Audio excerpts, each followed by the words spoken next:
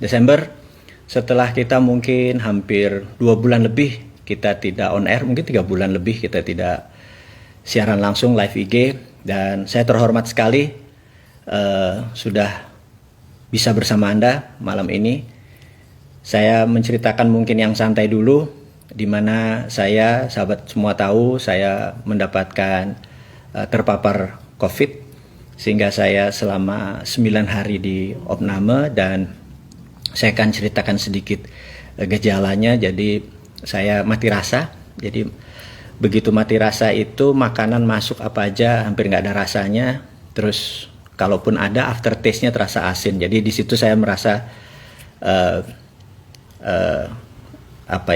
cukup berat gitu ya. Terus kemudian CT thorax, dada paru-paru kanan saya sudah memutih gitu ya, sehingga dokter menyarankan saya untuk dikasih plasma, dan ternyata plasma itu tidak sesederhana seperti yang kita cari, karena beberapa hari menunggu baru dapat di hari keempat, di mana hari 1, 2, 3 saya masih hanya dikasih Covivor, standar Avigan, standar kesehatan untuk penanganan COVID, kemudian vitamin melalui infus. Dan di hari keempat alhamdulillah kita mendapatkan plasma, dan begitu hari keempat didapat plasma inilah adalah dari seseorang yang sudah recover atau sembuh dari COVID. Ternyata plasma ini cukup luar biasa membantu penyembuhan. Logika sederhana dari dokter saya adalah orang-orang yang telah sembuh COVID, tubuhnya memiliki antibodi, dan plasmanya sudah pinter memproduksi antibodi, sudah bisa membaca apa itu virus COVID, sehingga bagi mereka yang baru terpapar, tubuhnya kayak masih belum bisa membaca musuhnya seperti apa, kemudian diberi plasma, dipinteri lah. Kemudian setelah pinter, antibodi itu muncul lebih cepat, dan alhamdulillah hari ke-9 saya sudah bisa keluar dengan pertumbuhan yang cukup luar biasa, dan alhamdulillah sekarang sudah sebulan yang lalu saya sudah seperti persyaratan yang saya komit dalam diri saya harus memberikan plasmanya kepada orang lain. Dan saya mau menceritakan adalah tidak semua yang terpapar COVID ini cocok untuk mendapatkan plasma. Jadi saya ingat dokter saya sewaktu kita melakukan recovery check, seminggu setelah saya keluar dari rumah sakit, saya bertanya pada dokter saya, apa itu plasma? Bisa saya terangkan karena saya sudah memberikan sebuah video yang ternyata direspon sangat luar biasa. Jadi yang didapat informasi dari dokter tersebut adalah kalau kita bagi 3 ya, jadi ada orang yang perlu isolasi mandiri, di mana bahkan tanpa gejala 14 hari dia biasanya sudah bisa recover, udah negatif kembali. Itu mungkin tidak memerlukan plasma, tetapi yang mungkin kategori moderate dan severe seperti yang saya derita, di mana kadar oksigen masuk ke paru-paru saya hanya 80%, plasma itu cocok. Kemudian yang tipe akut atau berat gitu ya, mungkin sekitar yang terpapar sekitar 20% adalah berat, itu mungkin tidak terlalu cocok juga dengan plasma. Jadi sahabat semua, plasma itu hanya untuk yang medium, yang di tengah-tengah mungkin yang lebih cocok. Dan kita ketahui bahwa 50%-an mungkin orang terpapar itu adalah tanpa gejala gitu ya. Nah, dengan demikian plasma ini pasarnya kecil dan range-nya kecil, ini udah terpapar. Jadi beda sama vaksin. Vaksin adalah preventif atau tindakan sebelum terpapar, plasma adalah tindakan setelah terpapar, dan mungkin hanya 30% dari yang terpapar cocok dengan pendekatan plasma, karena sisanya bisa dengan vitamin. Nah, jadi kita tahu bahwa apapun yang terjadi, sahabat semua, saya pastikan masalah COVID ini lebih baik kita membuat imunitas kita bagus. Jadi sebenarnya kalau pemerintah ingin meniadakan COVID dengan segera, sebenarnya bukan vaksin menurut saya yang disediakan, tapi adalah vitamin. Jadi kalau seluruh penduduk dapat vitamin gratis, vitamin D, vitamin C, B kompleks, mineral dan lain sebagainya gratis, rasanya nggak ada yang bakal terpapar. Jadi vaksin hanya melengkapi yang kekurangan tersebut gitu ya, nggak harus anggaran negara nggak harus gede-gedean. Oke. Jadi itu adalah informasi sedikit, di mana teman-teman nanya kok kurusan gitu ya. Sebenarnya mungkin bukan kurusan, kok muka lu susahan sih gitu ya, gitu. ya susah lah gitu ya, badan nggak fit, terus kantong teman-teman juga tahu gimana nih, saya mau nanya kemana nih, nggak bisa dua arah sih gitu ya. Jadi gimana kabar kantong Anda semua, kantong kesehatan Anda semua, fisik, batin, lahir, kemudian jasmani, rohani, gimana kabarnya gitu ya. Apakah sudah perlu dikasih plasma gitu ya supaya ekonomi Anda membaik gitu ya. Oke, sekarang kita akan masuk ke topik utama di mana kita mau menceritakan visi 2030. Ini penting sekali. Jadi gini, Anda berbisnis, Anda mengelola negara, Anda pejabat negara, visi itu penting. Jadi man without visi atau man without vision gitu ya, manusia tanpa visi itu Paris akan hilang gitu. Nah, kita akan memulai dengan kata-kata visi 2030. Bukan karena saya punya video sebanyak 24 video yang menceritakan tentang visi 2030, bukan itu aja, tetapi hari ini saya akan membuka apa yang dimaksud dengan visi 2030 supaya Anda mengerti, sahabat semua mengerti, besok nih tahun 2021 apakah ekonomi naik, apakah turun, 2022 kemana, 2023 kemana, 2024 kemana, 2030 kemana, Anda dapat big trendnya. Ingat, trend is our friend gitu ya, itu yang penting, kita menemukan trendnya. Trend is our friend, saya ulangi sekali lagi. Jadi kita mau melihat ke depan ini trennya kemana, apakah ke bisnis atau ke properti atau perang dan lain sebagainya. Baik teman-teman, saya akan menceritakan tentang visi 2030 tapi dari sisi konspirasi. Nah, menarik nggak tuh? Sekali lagi saya ulangi, kita akan menceritakan visi 2030 dari sisi konspirasi. Ini agak sedikit kurang ajar nih jujur.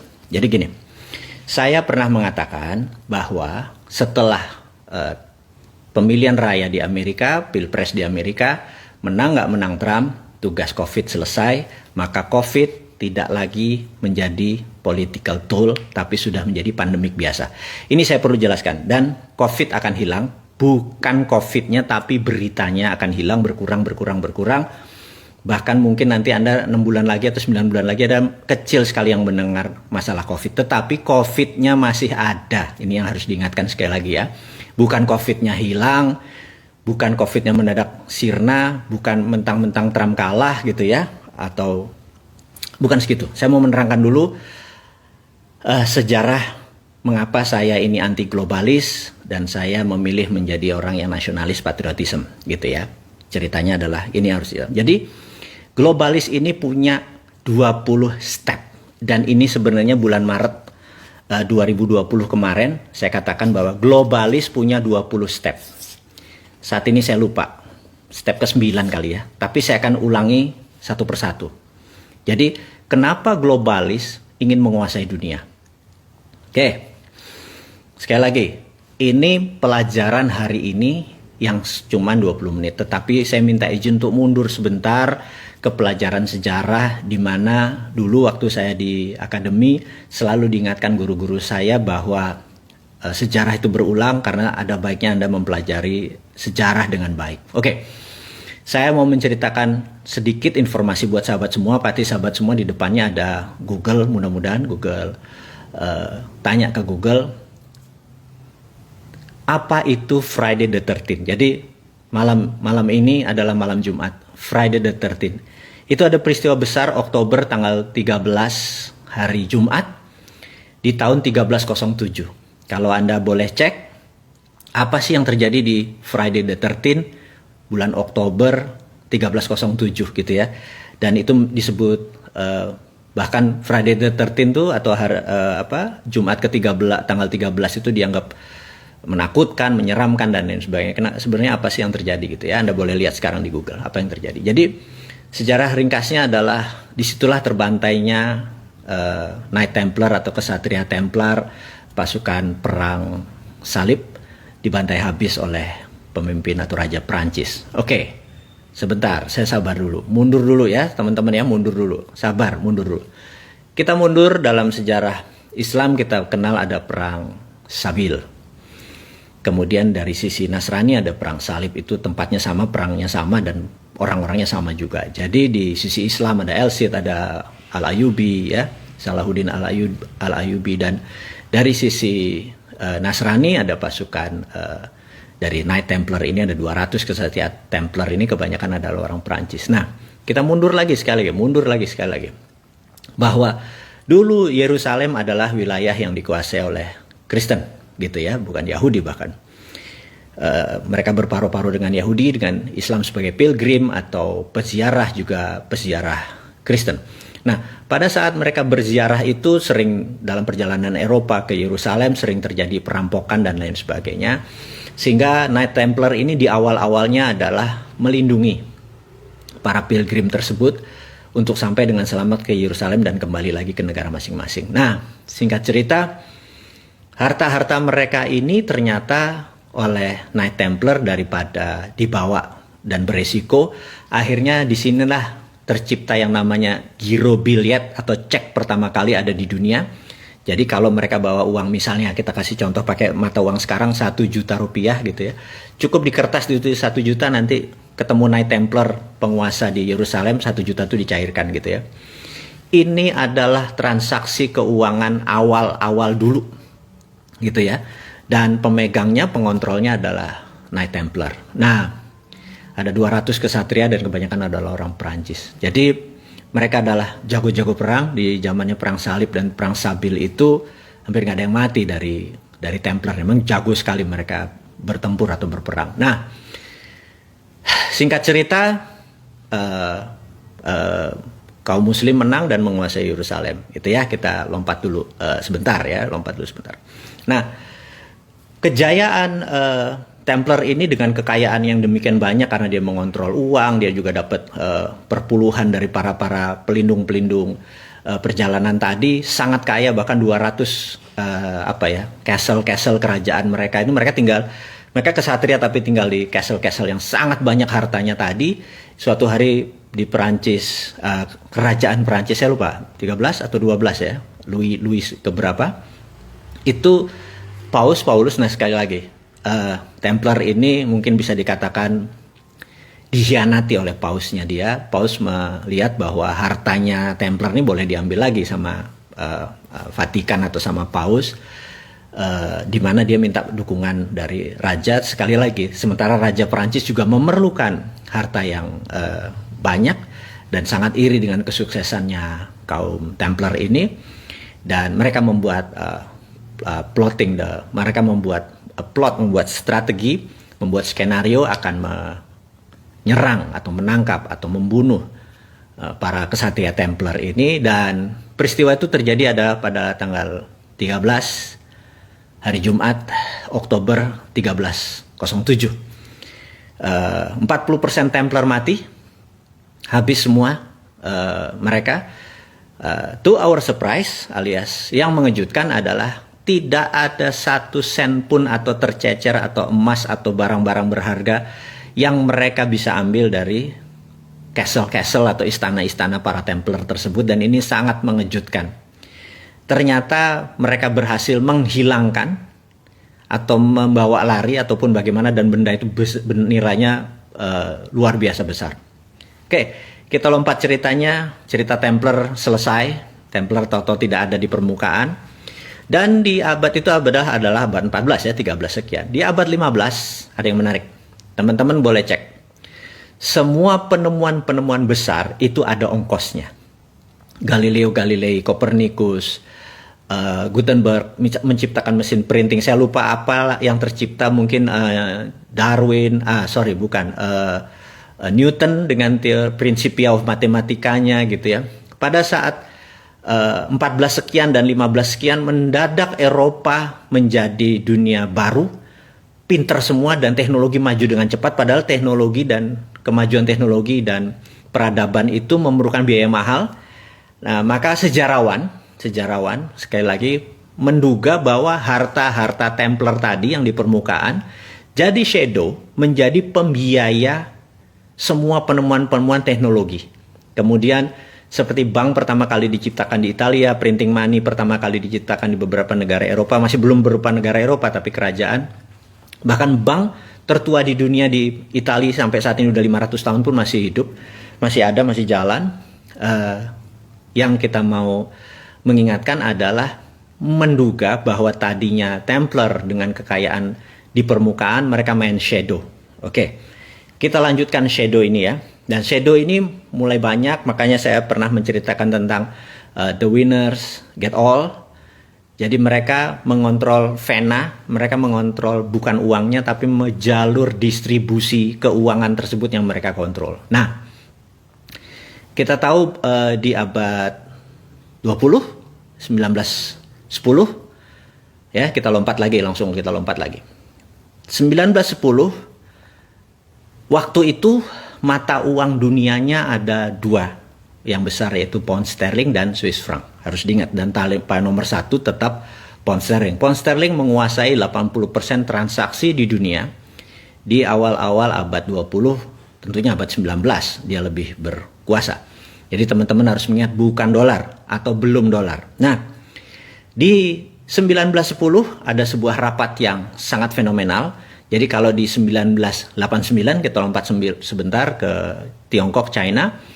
Di situ ada The Secret Meeting That Changed China tahun 89. Nah, tahun 1910 ini ada The Secret Meeting That Changed Dollar, ya dolar gitu ya. Jadi ada sebuah meeting besar di Jacqueline Island. Jadi teman-teman boleh cek Jacqueline Island 1910 gitu ya. Apa yang terjadi? Jacqueline Island 1910. Nah, di situ akan Anda lihat bahwa ada rapat yang luar biasa antara Partai Republik seperti sekarang ini lagi rapat dengan Partai Demokrat yang diinisiasi oleh keluarga Rothschild. Sekali lagi ya, kita akan masuk sebuah nama nih, keluarga Rothschild. Oke. Kemudian apa inisiasinya? Inisiasinya adalah meminta currency dunia adalah dolar gitu ya.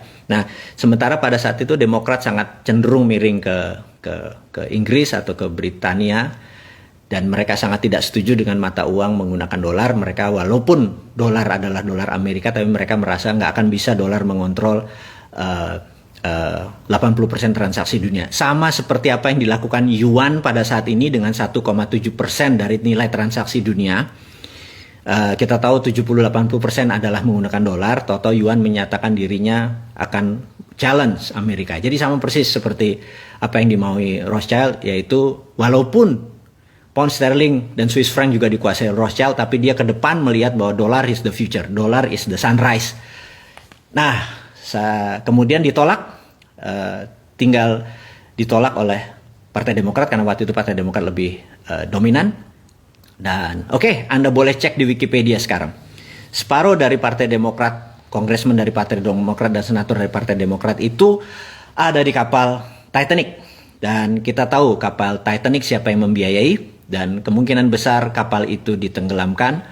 Dan kita semua tahu begitu rapat kembali untuk menyatakan dolar adalah akan menjadi world currency, Partai Demokrat hanya separuh dan Kongres menandatangani semua. Akhirnya the winner is Rothschild gitu ya.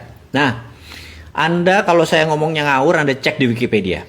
Dan kalau di Wikipedia di situ ada Jacqueline Island, ada 1910, ada Rothschild yang membiayai Titanic, ada separuh Partai Demokrat anggotanya mati di kapal Titanic, semua ada di Wikipedia.